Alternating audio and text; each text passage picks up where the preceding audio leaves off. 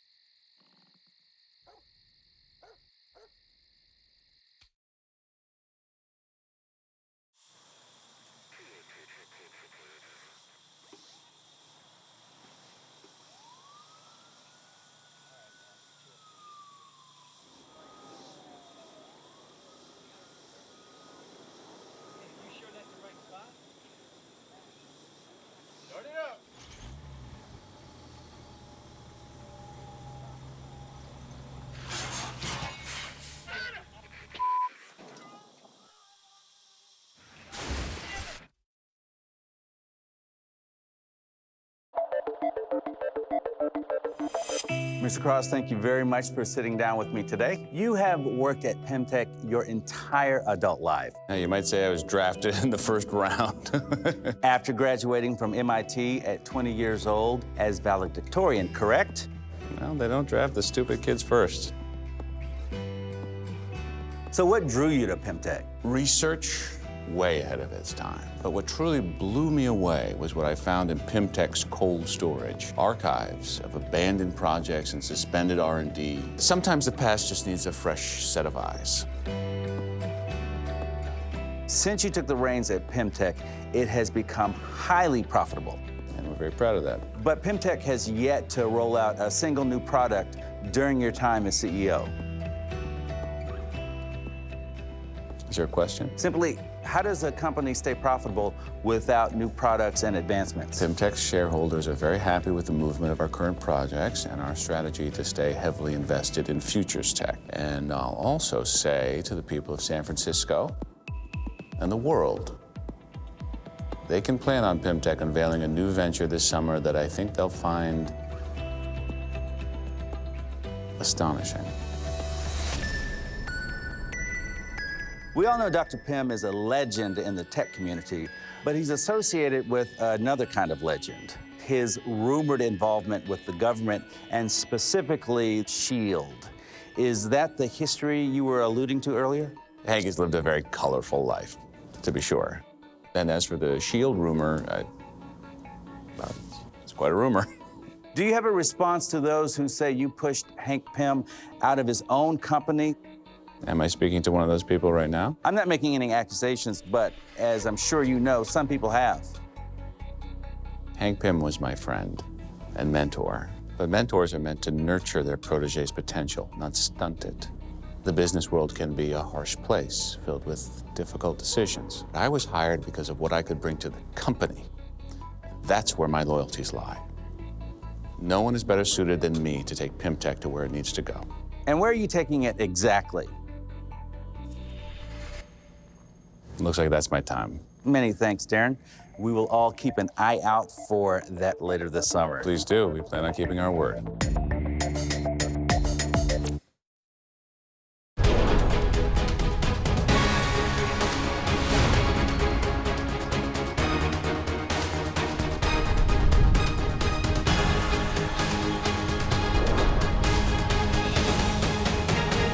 We recently revisited the story of Scott Lang, the disgruntled employee who stole nearly $4 million from VistaCorp, the international cybersecurity and data storage conglomerate based in San Francisco. With a few high-profile burglaries already on record, it seemed Lang set his sights on a bigger score. His allegations about VistaCorp's participation in illegal activity split public opinion right down the middle. After serving just 3 years of a 5-year sentence in San Quentin, Scott Lang is set to be released this week. Now, in his first interview since his incarceration, Mr. Lang is standing by via satellite. Sorry, it looks like Mr. Lang is just joining us now. One thing we do need to mention, VistaCorp does hold a controlling interest in this network's parent company, but they have not been implicated in any wrongdoing. Mr. Lang, how are you? Well, I'm still in prison, so, you know, bad. But I'm out of here pretty soon, so that's good. Scott, your story is well known, but let's revisit the details. You broke into the home of your former boss and stole $4 million. No. I actually refunded $4 million to customers VistaCorp was stealing from. I mean, or maybe a bit less than $4 million after service charges. What do you say to people who believe that you have fabricated this whole story about VistaCorp robbing its client base and it's just an elaborate smokescreen for a well-planned heist? What? Are you...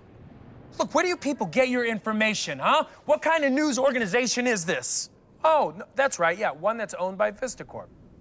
Mr. Lang, with all due respect, WHIH has been covering global news in detail for the past 2 decades. From the recent security breach at SHIELD headquarters to the earth-shattering events in Sokovia. I reported on Tony Stark in Gulmira, and believe me, you're no Tony Stark. Thank God. For someone with such a noble agenda, you went out of your way to destroy some personal property. Well, I felt it was important to really conduct a test. I have heard that those cars are waterproof. Oh, really? They're not. You seem very unrepentant, Scott. I mean, you can see why so many of us have trouble believing your side of the story. Yeah, so many of you that get paid by VistaCorp. I'm getting tired of your biased accusations. You know what, maybe I made a mistake, but I'm in here paying the price.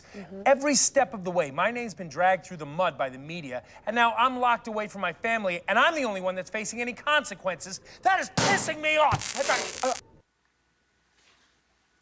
Well, I think we've lost him. We would like to thank Scott for taking the time to speak with us today. A shocking conclusion to my interview with Scott Lang, the mastermind VistaCorp cyber thief, who is set for release on July 17th.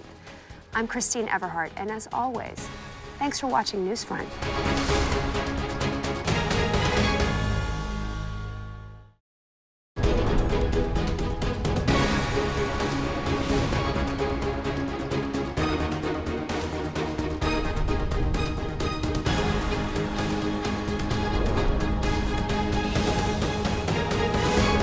I'm Christine Everhart. This week on a special edition of Newsfront, the world the hero leaves behind. What is the final cost of intervention from groups like the Avengers? Who do they answer to in the wake of their actions? Joining me on the program is political correspondent Will Adams. Thank you for being here, Will. Thank you for having me, Are Christine. you scared?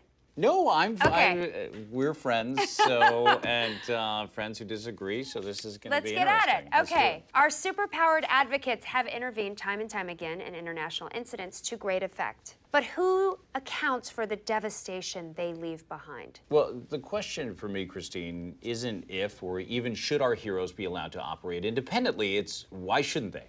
Discoveries are still being made in the massive cache of classified material released by former SHIELD agent Natasha Romanoff. And the leak clearly details how the organization known as Hydra was able to infiltrate the highest ranks of SHIELD and had organized a massive conspiracy on the civilian population. Romanoff's actions, independent from oversight, saved us from what could have been a catastrophic outcome had Hydra been able to remain undiscovered. Romanoff's actions, along with the actions of Steve Rogers and Tony Stark and others over the years,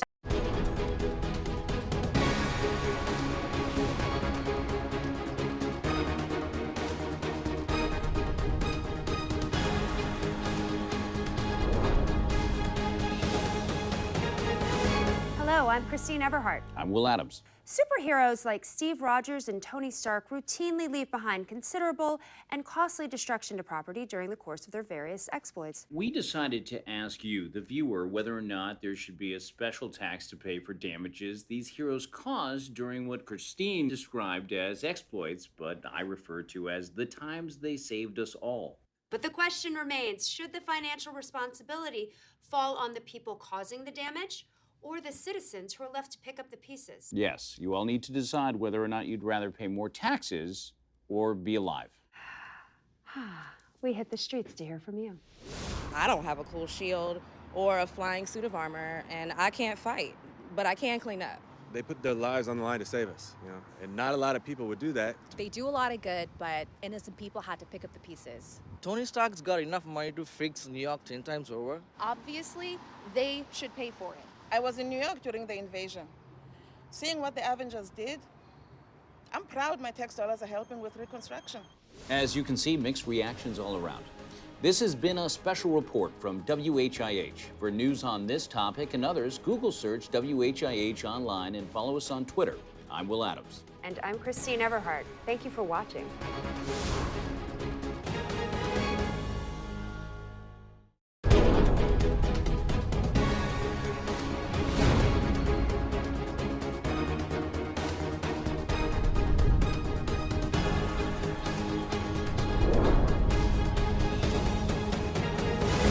Welcome to Newsfront. I'm Christine Everhart, joined by Will Adams.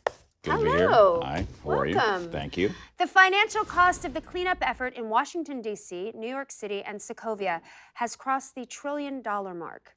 Critics and politicians, both domestic and internationally, suggest Steve Rogers, Tony Stark, and others bear some of the responsibility for the massive destruction and mayhem, and wonder if there is a more strategic plan to better manage their response for potential future events. Will Adams. Yes. Where does the White House stand on this? And is the president favoring a particular side of the issue?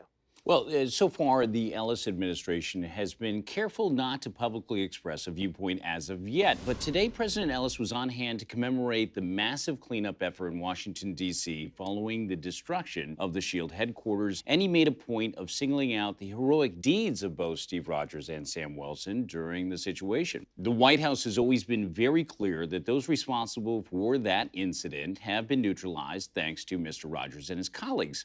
Honestly, Christine, I've got to say that I definitely agree with him. I mean, sure, collateral damage is a problem that we can't ignore, but it's so much better than the alternative. There are reports that the president has recently met with retired General Thaddeus Ross to discuss a potential appointment. Ross has experience in dealing with superpowered beings. The matter of superheroes is far from a simple issue.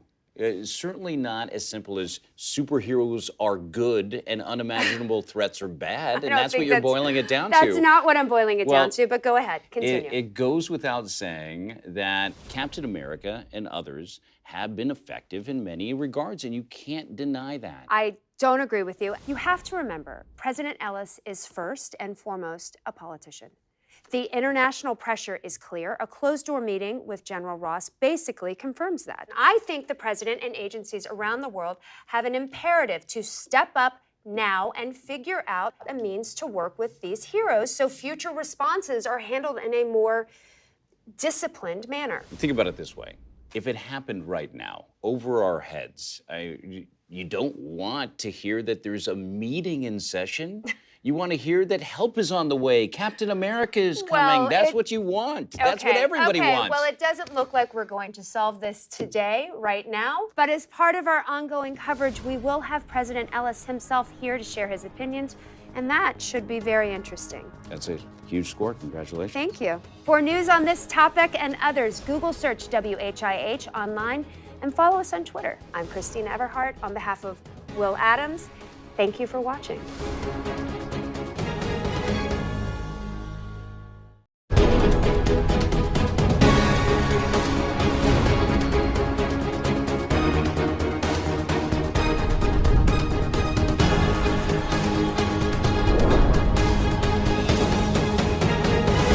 I'm Christine Everhart. And I'm Will Adams. From New York to Sokovia, we have witnessed a series of catastrophic events that have threatened the safety of the entire planet. While these crises were resolved as a result of the noble actions of Steve Rogers, Tony Stark, and others, cities like Johannesburg, Seoul, and Washington, D.C. are still on the mend due in large part to the tactical response of these heroes. President Ellis has yet to weigh in publicly on the matter, but he recently appointed formerly retired General Thaddeus Ross as Secretary of State. And now, joining us from the White House to discuss General Ross's nomination and more is President Ellis. Good evening, Mr. President. Thank you so much for joining us. I know you're a very busy man. My pleasure to be with you. Increasing numbers of world leaders are calling for oversight of the Avengers, especially in light of recent events and sensitive data being leaked to the public. Simply put, what is your position on this? We've experienced a series of grave events that have had severe repercussions. I am completely sensitive to the fear and concern that creates. But at the same time, I recognize what men like Tony Stark, Steve Rogers, and others have done in the face of these attacks. Mr. President, Will Adams here. I definitely agree with you. Their actions have exemplified valor and self-sacrifice. Isn't it essential that our heroes be able to maintain their independence? Well, my appreciation for their efforts shouldn't be misconstrued as a blank check. The Avengers need to collaborate with governments around the globe. That's why my administration is exploring ways to create an official relationship with these heroes. Are you hoping that as Secretary of State, General Ross would be able to facilitate these negotiations? The general is no stranger to these types of incidents, and he has long-standing relationships with many of these heroes, and was instrumental in spearheading the response to the emergencies at both Culver University and Harlem. He served this country with distinction for several decades, and I believe he can work with our allies abroad and alongside these heroes. We're certainly all waiting to see what the outcome will be. Thank you very much for joining us, Mr. President. Thank you, and God bless America.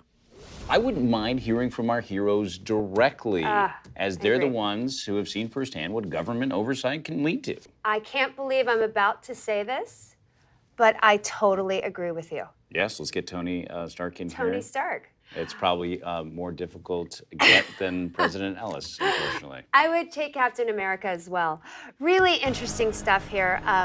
Thank you, as always, to Will Adams. And again, thank you very much, President Ellis. For news on this topic and others, Google search WHIH online and follow us on Twitter. I'm Christine Everhart. On behalf of Will Adams, thank you for watching.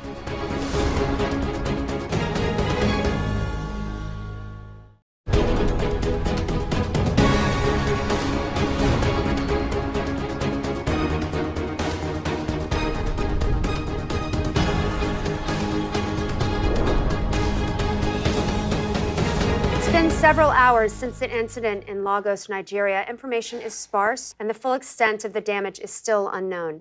Newsfront correspondent Jackson Norris arrived in Lagos moments ago, and he joins us now. Jackson? Christine, I'm a few yards away from where the conflict took place. It's still chaotic. Several witnesses are confirming that members of the Avengers and unknown combatants were here at the time. Now, Jackson, which Avengers were there exactly? Tony Stark? Captain Rogers' involvement has been mentioned and corroborated. Some accounts indicate Sam Wilson and Natasha Romanoff, but nothing else definitive at this time. Do we know why the Avengers were in Lagos? What threat initially brought them there?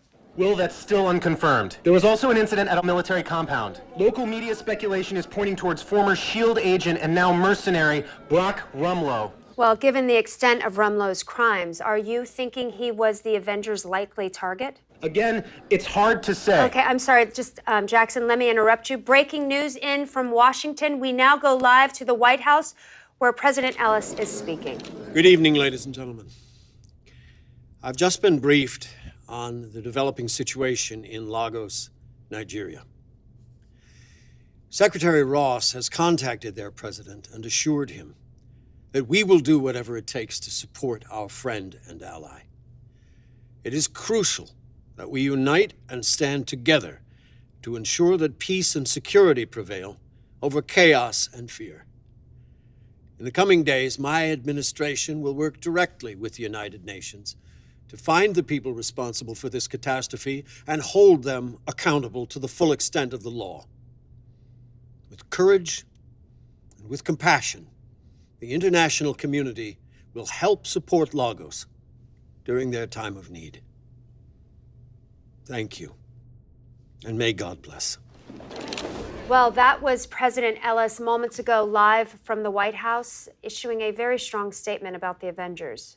Now, Christine, where you heard a strong statement about the Avengers, I heard President Ellis saying that we need to rally with our allies to support the people that are trying to protect the planet. And that is the Avengers. That's who we need to actually look to protect us in situations like this. Well, clearly, and there's still no proof. no. Listen, just one moment. There's still no proof that this situation would have been avoided if the Avengers weren't there. In fact, the outcome could have been way worse. Should our superheroes report to the government?